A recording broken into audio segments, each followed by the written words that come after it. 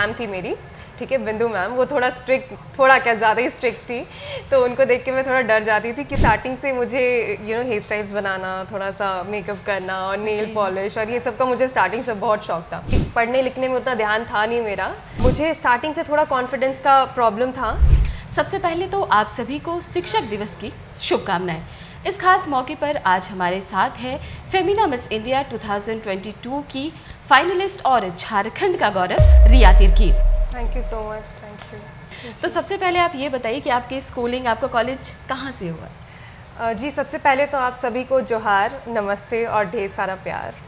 तो मेरी स्कूलिंग बहुत सारी जगहों में हो चुकी है क्योंकि मेरे पापा का हर 3 साल में ट्रांसफ़र होता था, लेकिन मैंने 10th अपना कंप्लीट किया विवेकानंद विद्या मंदिर स्कूल से। आपकी, जैसे हम टीचर्स डे पे बात करें तो आपके फेवरेट टीचर स्कूल और कॉलेज में कौन रहे हैं? कैसा उनके साथ आपका एक बॉन्डिंग रहा है? ईरा मैम नाम है उनका और वो बहुत सपोर्टिव थी, बहुत ज़्यादा सपोर्टिव। विजयवाड़ा में कंप्लीट हुआ था मेरा ग्रेजुएशन, तो वहाँ के हमारे जो HOD थे तो उनसे थोड़ा डरती थी मैं, बहुत, थोड़ा क्या ज़्यादा ही डरती थी, लेकिन फिर भी वो बहुत सपोर्टिव थे। आई थिंक जब मैं ग्रेजुएशन के फर्स्ट ईयर में रही होंगी तो उस टाइम एक ब्यूटी पैजेंट हुआ था जो कि मिस आंध्र प्रदेश था, नहीं अमरावती, सॉरी, मिस अमरावती था। तो उसमें मुझे पार्ट लेना था और ये हो गया था कि मुझे 1-2 हफ्ते कॉलेज छोड़ के वो ब्यूटी पैजेंट में जाना था। तो मैंने जब सर से परमिशन मांगी तो सर सीधा सीधा मना कर दिए कि तुमको इस सब में पार्ट नहीं लेना क्योंकि तुम क्लास नहीं मिस कर सकती हो।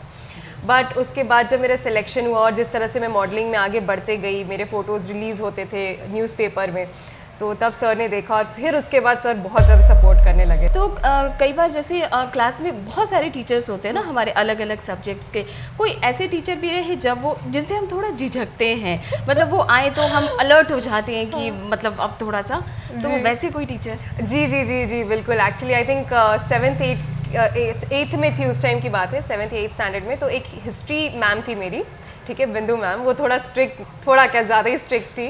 तो उनको देख के मैं थोड़ा डर जाती थी क्योंकि मैं स्टार्टिंग से मुझे हेयर स्टाइल्स बनाना, थोड़ा सा मेकअप करना और नेल पॉलिश और ये सब का मुझे स्टार्टिंग से बहुत शौक था, लेकिन फिर बाद में वो भी बहुत ज़्यादा सपोर्टिव हो गई मुझे। और आई थिंक अभी मुझे देखती होगी न्यूज़पेपर में या फिर यूट्यूब में, तो शायद उनको अब भी बहुत प्राउड फील होता होगा।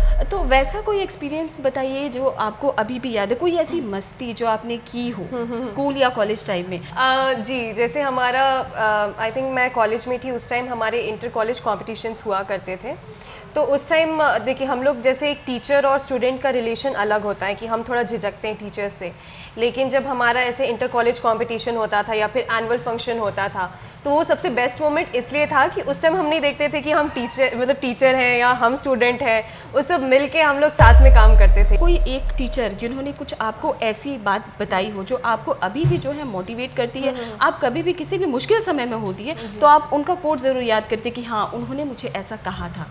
मैं जब अपने ब्यूटी पैजेंट के फील्ड में जब मैं आई थी तो उस टाइम मेरे को ग्रूमिंग किया था कोकोबेरी जो एकेडमी है, सबसे बड़ी पैजेंट एकेडमी है। तो उनकी जो मेरी मेंटर्स हैं अलीशा मैम और अंजलि राउत मैम। तो मुझे स्टार्टिंग से थोड़ा कॉन्फिडेंस का प्रॉब्लम था।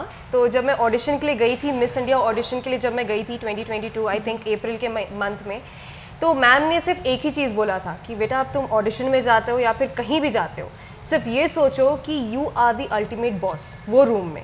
तो जैसे ही मैं ऑडिशन रूम में जाने वाली थी, अपने आप को सिर्फ 10 सेकेंड का टाइम दिया मैंने बैक स्टेज, 10 सेकेंड का टाइम दिया, आंख बंद की, टुक अ डीप ब्रेथ और अपने आप को बोली I am the boss, I am the winner. मैंने बहुत मेहनत की है, मुझे अपने ऊपर विश्वास है, सबने मेरे ऊपर इतना मेहनत किया है, मैं कभी भी किसी को रॉन्ग प्रूव नहीं करूँगी। अब चलते हैं, ऑडिशन देना है और जीत के आना है। बस ये चीज़ था। तो आई थिंक वो बहुत बड़ी सजेशन और वो बहुत बड़ा एक टिप था मेरी मैम की तरफ से। तो स्कूलिंग में भी मेरा बहुत ज़्यादा हर्डल्स रहा है क्योंकि पढ़ने लिखने में उतना ध्यान था नहीं मेरा, लेकिन मेरी जो ट्यूशन टीचर है, मेरी ट्यूशन टीचर हमारे घर के पास में ही रहती है, तो उन्होंने मुझे गाइड किया था 8th स्टैंडर्ड से, नहीं 7th या 6th स्टैंडर्ड से। तो उनके चलते ही मेरा 10th का रिजल्ट्स बहुत अच्छे हुए। तो मेरा जो भी इम्प्रूवमेंट हुआ है एजुकेशन का आफ्टर 10th स्टैंडर्ड, तो I give all credits to her क्योंकि उन्होंने बहुत पेशेंस के साथ मेरे को ग्रूम किया। अब हमारा लास्ट क्वेश्चन ये रहेगा कि चूंकि अब आप एक यूथ आइकन है, तो आप हमारे यूथ को क्या मैसेज देना चाहेंगे? हमारे कल्चर में भी ये चीज़ कही गई है कि एक गुरु की जो पदवी होती है वो मम्मी पापा से भी ऊपर होती है। तो आई थिंक ये बहुत सही चीज़ है। सो मैं आप सभी को ये छोटा सा मैसेज दूंगी कि भले हम कभी अपने टीचर्स को पसंद करते हैं नहीं करते हैं, बट स्टिल मैं बोलूँगी कि वो कभी आपका बुरा नहीं चाहेंगे। हम रिया जी का बहुत बहुत धन्यवाद करते हैं कि उन्होंने इतने बिजी शेड्यूल में से हमारे लिए समय निकाला।